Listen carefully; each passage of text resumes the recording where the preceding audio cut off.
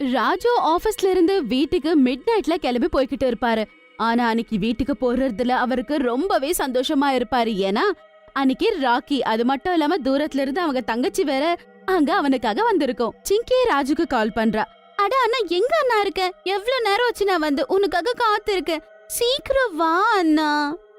ஆமா சிங்கி, நான் இப்பதான் ஆபீஸ்ல இருந்து கிளம்பியிருக்கேன். அப்புறம் இங்க பாரு, என் போன்ல பேட்டரி வேற இல்ல. எப்ப வேணாலும் போன் சுவிட்ச் ஆஃப் ஆகலாம். நீ ஒன்னும் பயப்படாத. நான் இன்னும் 1 மணி நேரத்துக்குள்ள நான் வீட்டுக்கே வந்துருவேன், சரியா? அது சொல்லிட்டே இருக்கான். போன்ல பேட்டரி காலி ஆயி போன் வேற பாவம் ஸ்விட்ச் ஆஃப் ஆயிடுது. ஆனா அவன் வீட்டுக்கு போற நேரத்துல அவனுக்காக ரோட்ல எந்த ஆட்டோ டாக்ஸியும் கிடைக்காது. அதனால அவன் நடந்து போக வேண்டிய நிலைமை. இன்னொரு பக்கம் அண்ணனுக்காக தேடிக்கிட்டு காத்துக்கிட்டு இருப்பா. இன்னைக்கு எந்த டாக்ஸியும் கிடைக்காதுன்னு நினைக்கிறேன். இன்னைக்கு நடந்துதான் வீட்டுக்கு போகணும். டாக்ஸியும் இல்லாம ஆட்டோவும் இல்லாம இவ்ளோ தூரம் நடந்து போறது ரொம்ப கஷ்டமாச்சே. அப்படி நான் வீட்டுக்கு போனேன்னா காலையில ஆயிரும். இவ்ளோ தூரமான வழியில போகணுமா என்ன? அந்த சுடுகாட்டு இருக்கிற அந்த ஷார்ட்கட் வழியிலேயே போயிடலாம். அப்ப ராஜு யோசிக்கிறான், வீடு ரொம்ப தூரம் இருக்கிறதால ஷார்ட்கட்ல நடந்து வீட்டுக்கு போயிடலான்னு. ஆனா அவன் எடுத்த டிசிஷன் தப்புன்னு அவனுக்கு தெரியாது. ஏன்னா காட்டுல இருக்க ஒரு மயானத்துல ஒரு 2 ஆட்கள் விளையாடிட்டு இருப்பாங்க. இவன் தனியா நடந்து வர்றத பார்த்து அவனை எப்படியாவது சாகடிக்கணும், திருடணும்னு நினைக்கிறாங்க. ஏய், இங்க பாருடா, முதல்ல உங்ககிட்ட இருக்கிற எல்லா பணத்தையும் எடுத்து என்கிட்ட கொடு. நீ ஏதாவது கொஞ்சம் சத்தம் போட்டாலும் இந்த கத்தி இருக்குல்ல, இத வச்சு உன் கழுத்தை அப்படியே அறுத்துருவேன். அட, யார் நீங்க? இங்க பாருங்க, என்கிட்ட எதுவுமே இல்ல. என்ன போக விடுங்க ப்ளீஸ். நான் இன்னைக்கு சீக்கிரமா வீட்டுக்கு போயே ஆகணும். இன்னொரு திருட ஆகிய மின்ட்டு கூட எந்திரிச்சுடுறான். அவன் கூட அவங்கள சாகடிச்சு அவங்க கிட்ட இருக்கிற பொருளை திருட வரான். ஏய், சீக்கிரமா உன் பணத்தை எல்லாம் எடுத்து கொடு. உன் பர்ஸ்ல என்ன இருக்கோ எல்லாத்தையும் கொடு. காப்பாத்துங்க, யாராவது காப்பாத்துங்க. இங்க பாருங்க, என்னோட தங்கச்சி வீட்டுல தனியா எனக்காக காத்துக்கிட்டு இருக்கா. ப்ளீஸ் என்ன போக விடுங்களேன். அவங்க ராஜு என்ன சொன்னாலும் கேட்க மாட்டாங்க. இப்படி அவங்க சண்டை போட்டுட்டு இருந்த நேரத்துல கத்தி அவனோட வயித்துக்கு குத்தி செத்துடுறான். அடடா கிட்டு, ஏன் இப்படி எல்லாம் பண்ணிட்ட? தேவையில்லாம இவனை இப்படி கொன்னுட்டியே. இப்ப யாராவது வந்தாங்கன்னா இவனோட டெட் பாடிய மறைக்கிறது தான் நல்லது. அவனை அங்கே விட்டுட்டு அவங்க 2 பேருமே அங்க இருந்து கிளம்பி போயிடுறாங்க. ராஜு இன்னொரு பக்கம் பேயா மாறி நிக்கிறான். அவனோட டெட் பாடி முன்னாடி உட்கார்ந்து அவன் ஜோர் ஜோரா அழ ஆரம்பிக்கிறான்.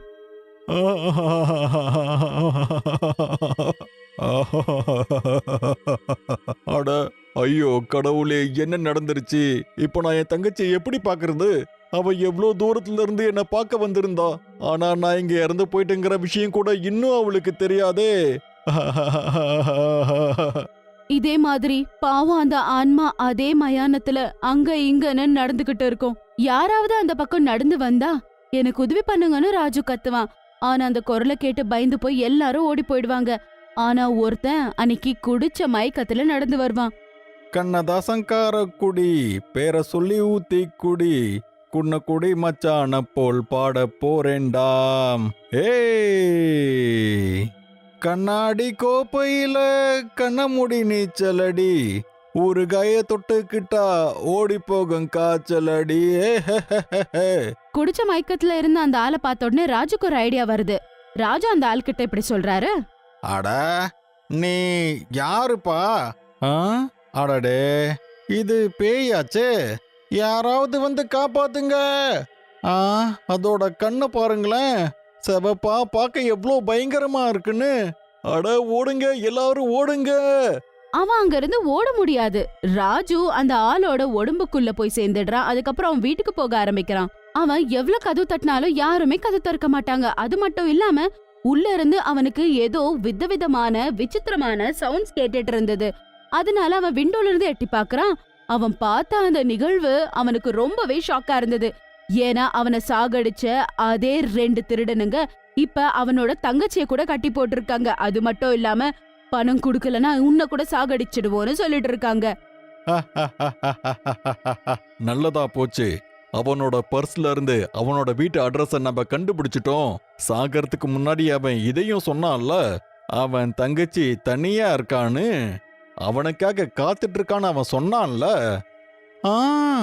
அவன் எப்படியும் நமக்கு பணம் அதிகமா கொடுக்கலல்ல, அதோட நம்மளோட வேலையும் ஈஸியாக்கிட்டான். இன்னைக்கு பாத்தியா, இன்னைக்கு நமக்கு எவ்வளோ நல்லது நடந்திருக்குன்னு. இன்னைக்கு நாம பெரிய பணக்காரங்களாக போறோம். அவங்க 2 பேரும் ஜோரா சிரிக்கிறாங்க. வீட்ல அவனுங்களுக்கு தேவையான எல்லா பொருளும் எடுத்து போட்டுக்கறாங்க. இன்னொரு பக்கம் பாவம் அவங்க தங்கச்சி அண்ணா இறந்ததை பத்தி யோசிச்சு அழ ஆரம்பிக்கிறா. இது எல்லாமே பார்த்துட்டு இருந்த அந்த பேய்க்கு ரொம்பவே கோவம் வருது. அதுக்கப்புறமா அவன் அந்த கதவை உடைச்சு பயங்கரமா உள்ள நடந்து போறான். அட, யார் நீ? நீ எப்படி இந்த வீட்டுக்குள்ள வந்த? மின்ட்டு, இவனையும் கட்டி போடு. இவன் ஏதாவது தேவையில்லாம ரொம்ப அதிகமா பண்ணான்னு வையி, இந்த கத்தியால அவனை குத்திரு. அட பின்ட்டு, அந்த ஆளோட கண்ணை கொஞ்சம் பாரேன், எவ்வளோ சிவப்பா இருக்கு. எனக்கு என்னமோ இவன் அதிகமா குடிச்சிருக்கான்னு நினைக்கிறேன். யாரியா நீ? முதல்ல இங்க இருந்து கிளம்பி போ. இல்லன்னு வையி, இப்ப வந்தன்னு வையி, உன் கழுத்தை வெட்டிடுவேன். அவனுக்கு ரொம்பவே கோவம் வந்துடுது. அதுக்கப்புறம் அவன் அவங்க 2 பேரையும் காத்துல தூக்கி அப்படியே காத்துல பறக்க விடுறான். அதுக்கப்புறம் கீழே விசிறி போட்டுடுறான். ஐயோ காப்பாத்துங்க, பேய்! ஐயோ, இது ஏதோ பேயா இருக்கு போல, காப்பாத்துங்க!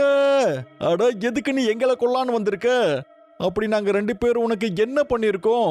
என்ன பண்ணீங்கன்னா நான் கேக்குறீங்க? அட, நீங்க 2 பேரும் எங்கிட்ட இருக்கிற எல்லாத்தையுமே பறிச்சிட்டீங்க. உங்க 2 பேராலையும் தான் எனக்கு இன்னைக்கு இந்த நிலைமை வந்திருக்கு. கண்டிப்பா நான் உங்களை உயிரோட விடவே மாட்டேன். இதெல்லாம் நடக்கிறத பார்த்து சிங்குக்கு அங்க என்ன நடக்குதுன்னே புரியல. அவளும் ராஜுவ பார்த்து பயந்துடுறா.